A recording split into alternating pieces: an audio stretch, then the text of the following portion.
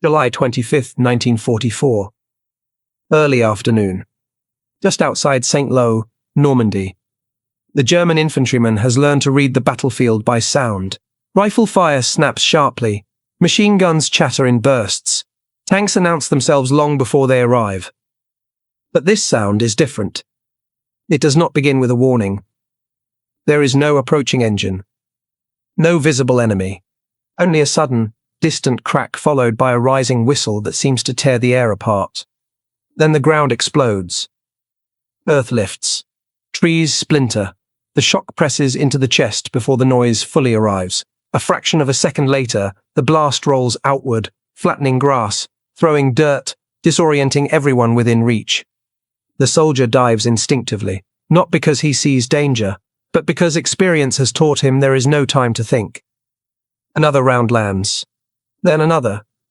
The impacts do not march forward in a neat line. They arrive from different angles, at irregular intervals, striking positions that were thought to be concealed. Trenches shake. Communication wires snap. Men shout, but the sound is swallowed by concussion. This is American artillery. You can almost feel the helplessness of the moment. There is no target to return fire on. No clear direction to flee.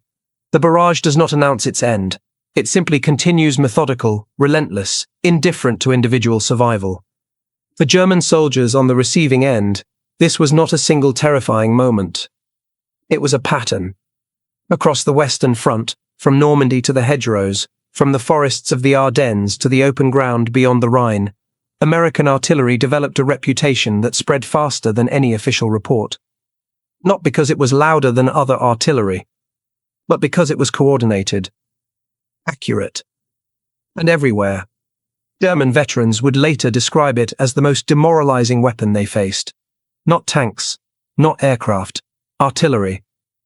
The reason lay not just in firepower, but in how it was used.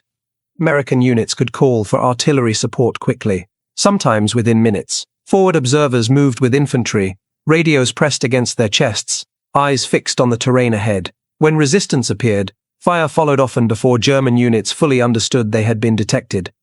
Positions that felt secure moments earlier were suddenly under precise bombardment. The effect on morale was immediate. German soldiers learned that stopping to regroup was dangerous. Digging in did not guarantee safety. Even retreat could draw fire if movement was spotted. The battlefield felt exposed in ways that defied traditional defensive thinking. Artillery became a constant presence, not always visible, but always anticipated. And anticipation itself became exhausting. Every pause raised questions. Is this position known? How long before the next barrage? Will the fire stop, or is this only the beginning?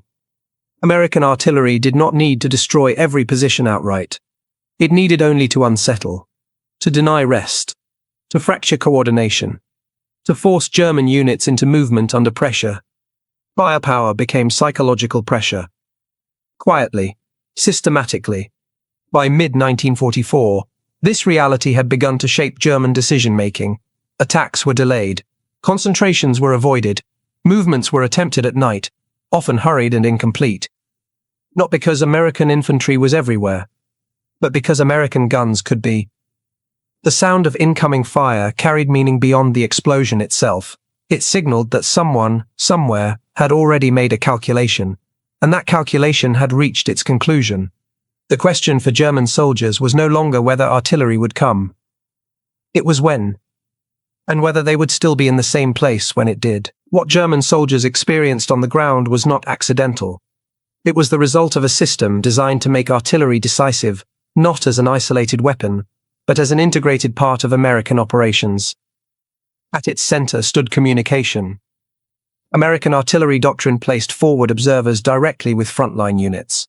These were trained officers and non-commissioned officers whose sole responsibility was to see the battlefield and translate what they saw into fire. They moved where the infantry moved, they shared the same risks, and they carried radios that connected them to guns far beyond the horizon. When contact occurred, the process was fast. An observer identified a target, coordinates were estimated or measured, a brief transmission followed. Within minutes, sometimes seconds, rounds were in the air. German units were accustomed to artillery support, but not to this speed. Their own doctrine often required requests to pass through multiple layers of command. Fire missions took time to approve. Adjustments were slower. In fluid combat, that delay mattered. American artillery, by contrast, emphasized responsiveness over formality. Fire could be requested, adjusted, and repeated with minimal interruption. If a first salvo missed, corrections followed quickly. If resistance continued, additional batteries joined the mission without restarting the process. The result was not just accuracy. It was persistence. German soldiers learned that surviving an initial barrage did not mean the danger had passed. The fire could return closer, heavier, more precise. Each adjustment tightened the circle. This capability reshaped the battlefield. American infantry advanced, knowing that support was available even when armor or aircraft were not. German defenders faced the opposite reality. Any position that revealed itself risked being fixed in place and systematically engaged. The system extended beyond individual batteries. American artillery units were organized to mass fire rapidly. Multiple battalions could be brought onto a single target. Fire direction centers coordinated timing and distribution, ensuring that rounds arrived in patterns designed to suppress, isolate, and disorganize. The effect was cumulative. German reports increasingly described American artillery as never-ending.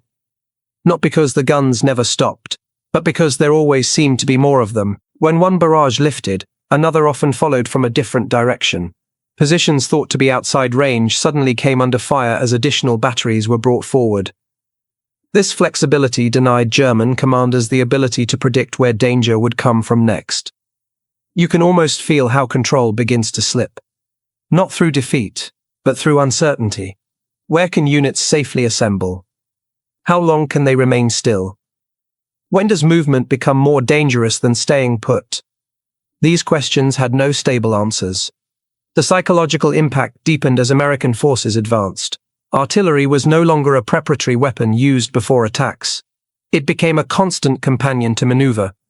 German units attempting counterattacks often found themselves under fire before they could fully deploy. Concentrations broke apart under pressure. Momentum stalled. Even when casualties were limited, cohesion suffered. Orders were delayed.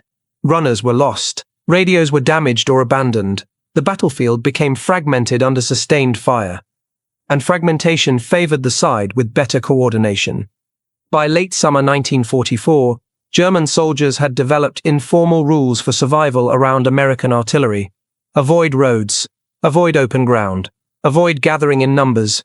Move only when necessary. Even then, there were no guarantees. American fire did not need perfect intelligence. It relied on volume, speed, and adjustment.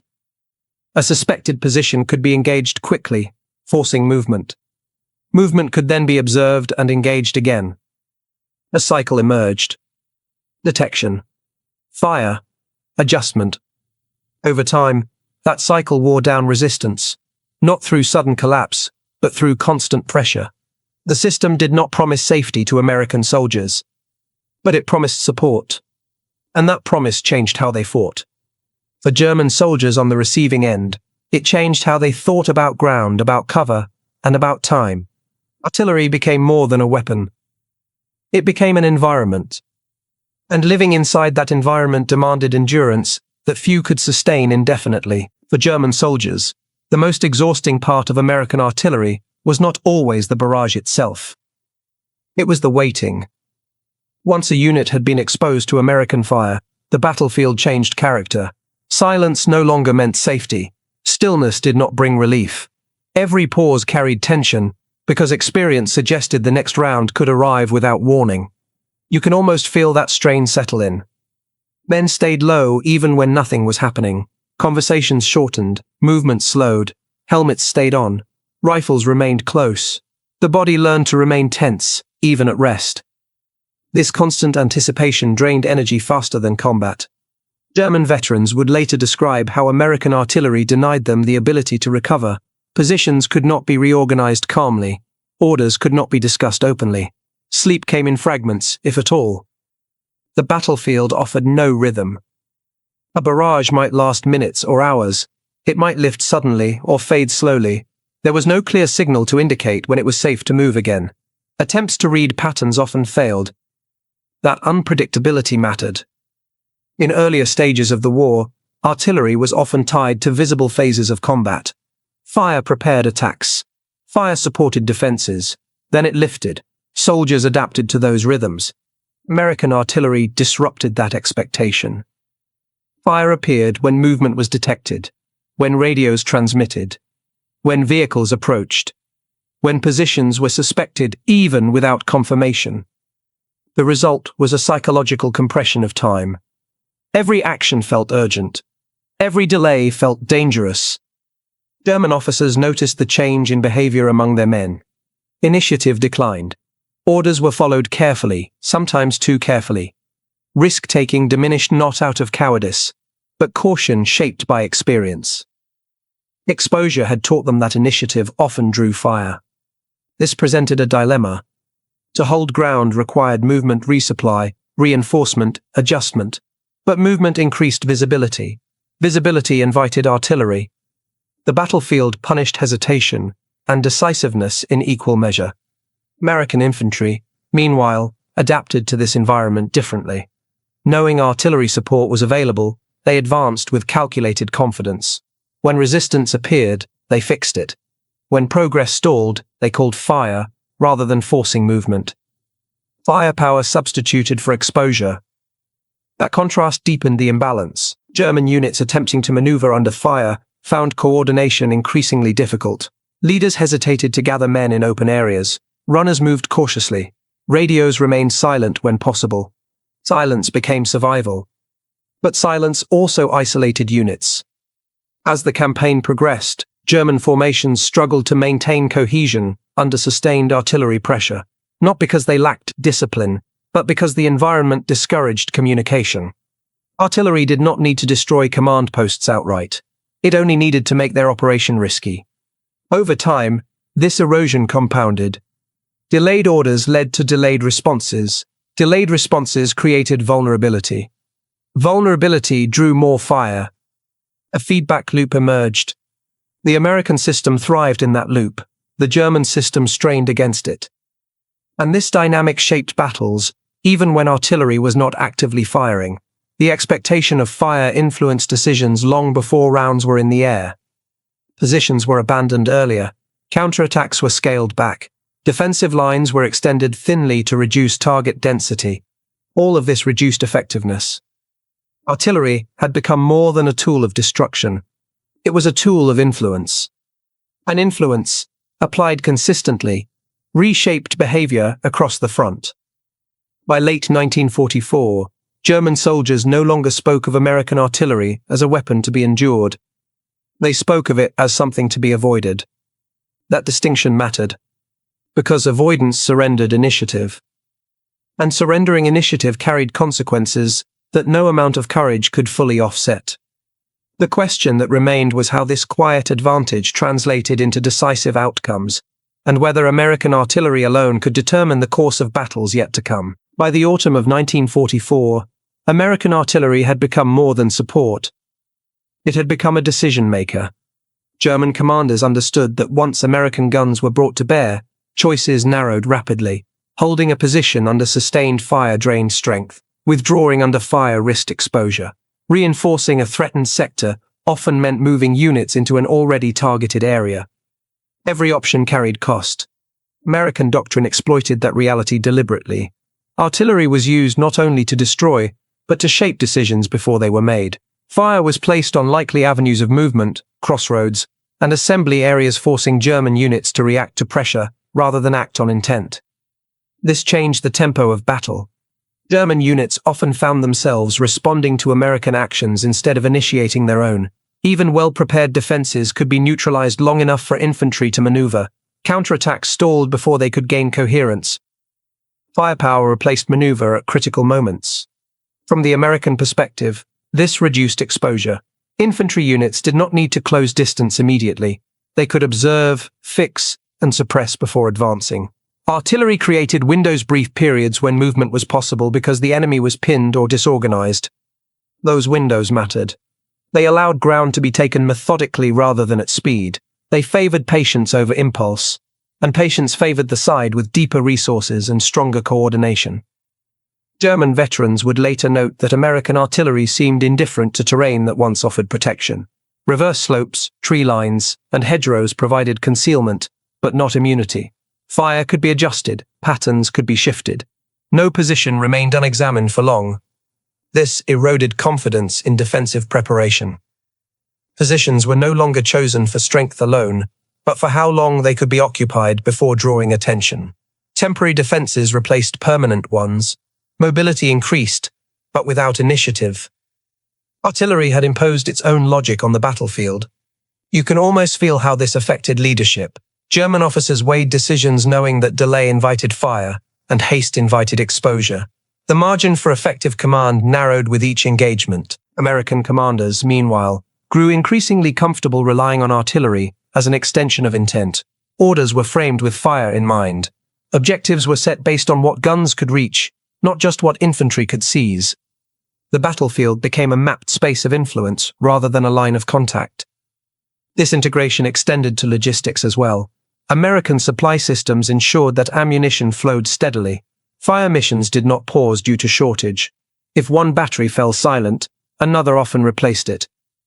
Consistency reinforced credibility. German soldiers learned that American artillery was not a temporary threat. It was a sustained condition of combat. That understanding altered behavior at every level, from individual movement to operational planning. Even when American infantry withdrew or paused, the expectation of artillery remained. The absence of fire did not signal opportunity. It signaled caution. This psychological dominance mattered most during moments of transition, when fronts shifted, lines bent, and units attempted to reorganize. Artillery disrupted those moments. And disruption, applied at the right time, could decide outcomes without dramatic confrontation. By late 1944, the cumulative effect was clear. American artillery did not win battles alone, but it created conditions in which battles could be won with fewer risks and greater control. The guns did not replace leadership. They amplified it. And as the war pushed toward its final phase, that amplification would shape how German resistance weakened, not through collapse, but through gradual erosion. The remaining question was whether this advantage would endure under the most demanding conditions of the war, and whether German forces could adapt before it was too late. The test came in December. Winter stripped the battlefield of many advantages. Visibility collapsed under cloud and snow. Aircraft were grounded. Roads froze. Movement slowed to a crawl. For a brief moment, it seemed as if American artillery might lose its edge. It did not. In the Ardennes, German commanders launched their last major offensive believing weather would neutralize American strengths. Air power would be absent. Supply lines would strain. Artillery coordination might suffer in forests and narrow valleys. What they encountered instead was adaptation. American artillery did not rely on clear skies. It relied on preparation. Forward observers moved with infantry through snow and fog, often closer to the front than doctrine recommended. Fire direction centers adjusted methods, using pre-registered targets and rapid estimates when observation was limited. The guns remained responsive. German units advancing through forest roads found themselves under sudden fire, even without aerial spotting. Known choke points, bridges, road junctions, clearings were already mapped. Fire missions could be initiated based on timing and movement rather than direct observation. The result was disruption at the moment of greatest vulnerability. Columns slowed, units halted, schedules slipped. And in winter, delay was dangerous. German soldiers advancing in the Ardennes expected hardship. What they did not expect was how quickly artillery pressure compounded exhaustion. Men already cold and underfed were forced to disperse, dig, and move repeatedly under fire. Sleep vanished. Coordination suffered. Even when advances succeeded locally, they did so without cohesion. Units arrived late, separated, and depleted. Momentum, the core requirement of the offensive, bled away. American artillery did not stop the advance alone, but it ensured that no advance remained clean. You can almost feel how the environment itself becomes hostile. Snow limits cover. Sound carries unpredictably. The ground transmits shock more efficiently in frozen earth. Explosions feel closer, more intrusive. For German soldiers, winter magnified the psychological weight of artillery. Cold removed comfort. Fire removed control. The two together were draining. American forces, meanwhile, leaned into familiarity. Artillery procedures remained consistent. Communication discipline tightened. Ammunition flowed despite conditions. The system endured stress because it had been built for it. That endurance mattered. When the weather finally cleared and air power returned, German units were already weakened, not just physically, but organizationally. Artillery had kept pressure constant during the period when other advantages were absent. It had bridged the gap. The Ardennes confirmed what had already been suspected across the front. American artillery was not situational strength. It was a foundational one. And once the offensive failed, German resistance elsewhere felt increasingly brittle. Units knew what awaited them when contact was made. They had experienced the cycle: detection, fire, adjustment. The knowledge traveled faster than orders. By early 1945, American artillery was no longer something German soldiers discussed in terms of tactics. It had become a condition of the battlefield, a force that shaped expectations before contact ever occurred. The final question was no longer whether American artillery would influence outcomes. It was how much resistance could remain effective under its weight. By the final months of the war, the fear German soldiers felt toward American artillery was no longer rooted in surprise. It was rooted in certainty. They knew what it meant when contact was made. They knew what followed detection. And they knew that once fire began, it would not simply end because time passed. It would end when purpose was achieved. This understanding shaped behavior even before battle began. German units moved cautiously. They avoided daylight when possible. They dispersed quickly, often too quickly, weakening their ability to resist in strength. Defensive positions were held lightly. Counterattacks were limited in scope. Commanders hesitated to concentrate forces in ways that once would have been routine. Artillery had rewritten the cost-benefit calculation of resistance. For American forces, this advantage was rarely celebrated. It did not produce dramatic images of breakthrough or sudden collapse. It worked quietly, in the background, shaping conditions rather than headlines. Fire missions appeared on logs. Ammunition counts were recorded. Adjustments were made and corrected. The system continued. This normality was its strength.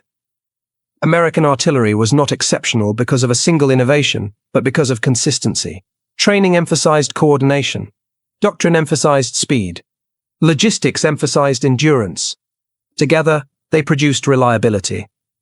German soldiers facing American guns learned that reliability was more dangerous than intensity. A violent but brief barrage could be endured. A steady, accurate, repeatable one wore down resistance over time. Fatigue replaced fear. And fatigue broke units more effectively than shock. By early 1945, as Allied forces pushed toward the Rhine and beyond, German resistance increasingly lacked cohesion. Units still fought, positions were still defended, but the expectation of overwhelming fire hung over every engagement. It shortened planning horizons. Why prepare for a defense that might be dismantled within minutes? Why assemble forces that could be targeted before they moved? Artillery had become a constraint on imagination. For American infantry, the presence of artillery support changed how risks were taken. Assaults were planned with fire in mind. Movement was coordinated around suppression. Losses were reduced not because combat was easier, but because exposure was limited. Firepower absorbed danger that would otherwise fall on soldiers. This dynamic did not make American forces invulnerable. Mistakes were still made. Positions were still overrun. Artillery could not solve every problem. But it shifted the balance. German veterans, reflecting years later, often spoke of American artillery with a mix of respect and resignation. It was not hatred, it was recognition. They had faced tanks. They had faced aircraft. They had faced infantry in close combat. Artillery, however, felt inescapable. It was the sound that came without warning. The pressure that arrived without direction. The force that demanded reaction without offering a clear response. In the end, that is why it was feared. Not because it destroyed everything in its path, but because it denied control. And in war, the loss of control is often the beginning of defeat. American artillery did not win the war by itself. but it shaped how the war was fought, quietly, persistently, and decisively.